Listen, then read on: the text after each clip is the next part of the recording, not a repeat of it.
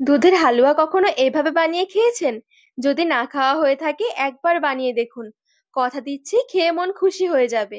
এভাবে শুধু একবার বানিয়ে দেখুন, বাড়ির সবাই খেয়ে এত খুশি হবে, তার সাথে একবার হলো এই রেসিপি জানতে চাইবে। একদম নরম তুলতুলে ঝরঝরে দানাদার হালুয়া তৈরি হবে, মুখে দিতেই মিশে যাবে। এতটাই স্বাদ হবে দেখবেন একাই সব খেয়ে নিতে পারবে। ছাড়া একটু রুটি পরোটার সাথে খেয়ে দেখুন, কি যে ভালো লাগে খেতে। নমস্কার বন্ধুরা, নতুন একটা পর্ব দেখার জন্য আপনাদের সকলকে স্বাগত জানাই। আজকে বানিয়ে দেখাবো দুধের হালুয়া। একদম ভিন্ন স্বাদের, মুখে লেগে থাকার মতন একটা রেসিপি। একবার এভাবে দুধের হালুয়াও খেয়ে দেখুন, খেতে এত ভালো লাগবে দেখবেন রোজ বানিয়ে খেতে ইচ্ছে হবে। তো চলুন, আশা করছি রেসিপিটি আপনাদের অনেক ভালো লাগবে। সবার প্রথমেই গ্যাসের উপরে একটা কড়াই বসিয়ে দিয়েছি, কড়াইয়ে অল্প একটু জল দিয়ে দিচ্ছি। এবারে দিয়ে দিচ্ছি 1 লিটার দুধ।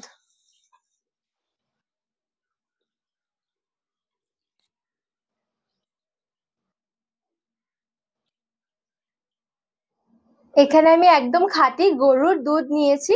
যদি গরুর দুধ না থাকে প্যাকেটের দুধ দিয়েও কিন্তু আপনারা তৈরি করতে পারবেন, মানে প্যাকেটের যে লিকুইড দুধগুলো আসে ওইগুলো দিয়েও কিন্তু তৈরি করতে পারবেন। তো আজকে 1 লিটার দুধের আমি হালুয়া তৈরি করব। চাইলে আপনারা কিন্তু আরো বেশি দুধ নিয়েও হালুয়াটা তৈরি করতে পারেন, তবে 1 লিটার দুধ দিয়ে কিন্তু অনেকটা হালুয়াই তৈরি হবে। এবারে দুধটা সমানে নেড়ে চেড়ে একটু জাল দিয়ে নেব।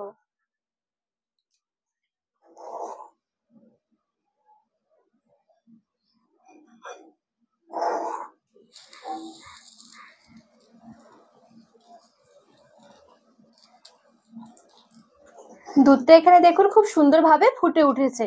এবারে গ্যাসের আঁচটা আমি মিডিয়ামে রেখে নেড়ে চেড়ে দুধটাকে একদম ঘন করে নেব। যতটা দুধ রয়েছে ঠিক অর্ধেক করে নেব।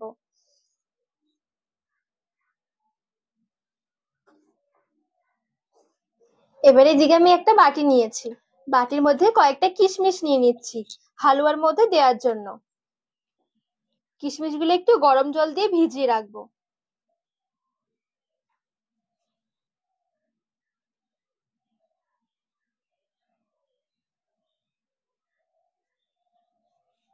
ঢাকা দিয়ে রেখে দিচ্ছি।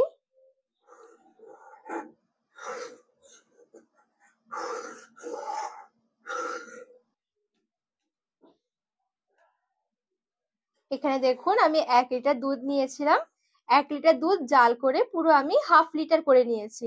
দুধটা কিন্তু এখন অনেকটাই ঘন হয়ে গেছে, এই দেখুন।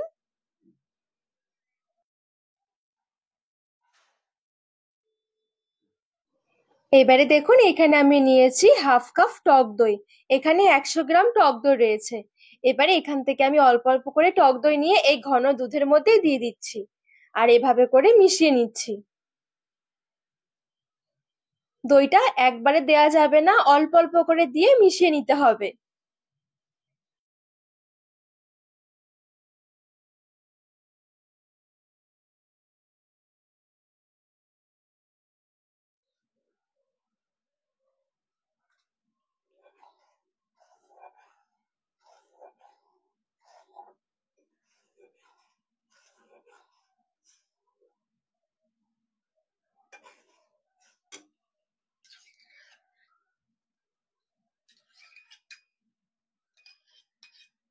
সবটুকু দই আমি দিয়ে দিয়েছি। সবটুকু দইটা দিয়ে খুব ভালোভাবে আমি এখানে মিশিয়ে নিয়েছি। আর এ পর্যায়ে দেখবেন দুধটা এরকম একটু দানা দানা হয়ে যাবে।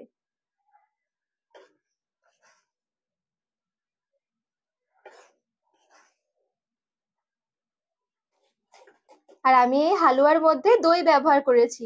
যদি আপনাদের হাতের কাছে দই না থাকে বা দইটা না দিতে চান, সেক্ষেত্রে একটা লেবুর রস চিপে দিয়ে দিতে পারেন।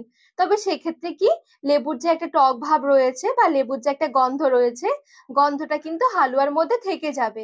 আর এরকম টক দই দিয়ে করলে খেতেও যেমন ভালো লাগবে, আর টক দই দেওয়ার কারণে কিন্তু হালুয়ার পরিমাণটাও অনেকটা বেড়ে যাবে। আর কোনো রকম ফ্লেভার থাকবে না, খেতে দারুণ হবে। শুধুমাত্র এই হালুয়ারই দারুণ সুন্দর একটা ফ্লেভার পাওয়া যাবে। আর যে আমি কিশমিশ গুলো গরম জল দিয়ে ভিজিয়ে রেখেছিলাম, কিশমিশ গুলো একটু জল পাল্টে ধুয়ে নিয়েছি। এবারে কিশমিশ গুলো আমি হালুয়ার মধ্যে দিয়ে দিচ্ছি। আর দিয়ে দিচ্ছি 1 চামচ চিনি।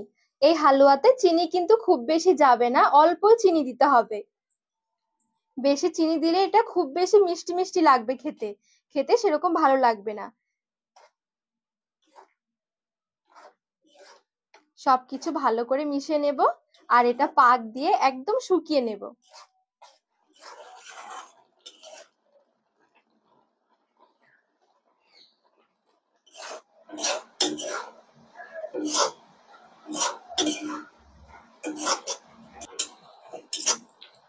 তো এখানে দেখুন পাক দিয়ে দিয়ে আমি হালুয়াটা অনেকটাই শুকিয়ে নিয়েছি।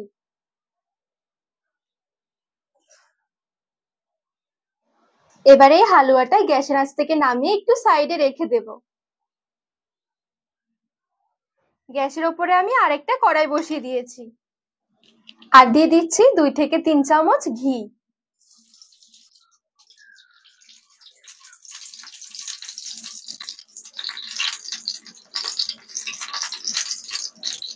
ঘি ভালোভাবে গলে গেলে একটা তেজপাতা দিয়ে দিচ্ছি।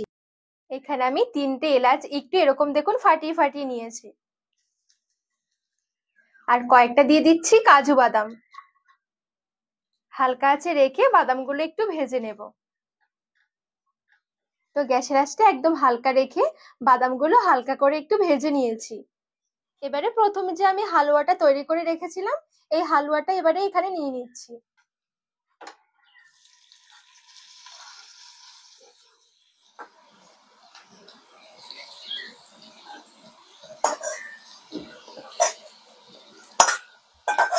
তো এবারে হালুয়াটুকু ঘিয়ের মধ্যে ভালো করে একটু ভেজে নেব।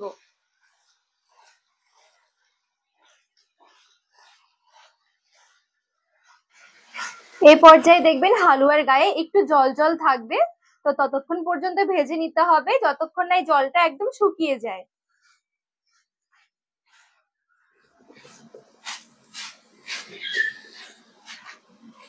তো এখানে 1 থেকে 2 মিনিটের জন্য খুব সুন্দরভাবে নেড়ে চেড়ে আমি একটু ভেজে নিয়েছি। আর এখন যে হালুয়ার গায়ে যে একটা জল ছিল, জলটা কিন্তু খুব ভালোভাবে শুকিয়ে গেছে, খুব সুন্দর একটু ভাজা ভাজা হয়ে গেছে। আর দেখতেও দেখুন কতটা সুন্দর লাগছে। এটা যখন দেখবেন একটু ঠান্ডা হয়ে যাবে একদম ঝুরঝুরে হয়ে যাবে।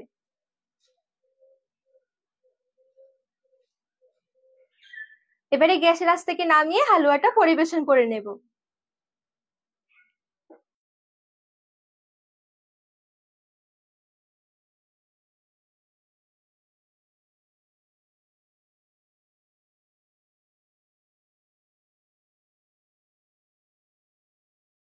সুন্দরভাবে প্লেটের মধ্যে তুলে নিয়ে পরিবেশন করে নিয়েছি।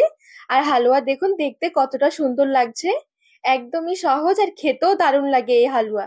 একবার শুধু বানিয়ে দেখবেন, একদম ঝরঝরে দানাদার হালুয়া তৈরি হবে। মুখে লেগে থাকার মতন একটা রেসিপি, এমন কেউ বাদ থাকবে না যে হালুয়া পছন্দ করবে না। একদিন রুটি পরোটার সাথে একটু বানিয়ে খেয়ে দেখবেন, কি যে ভালো লাগবে খেতে বলে বোঝাতে পারবো না। একবার শুধু খেয়ে দেখবেন। তো বন্ধুরা, আজকের রেসিপি আপনাদের কেমন লেগেছে অবশ্যই কিন্তু কমেন্ট করে জানাবেন। আর রেসিপি ভালো লাগলে চ্যানেলটিকে সাবস্ক্রাইব করে পাশে থাকার অনুরোধ রইল।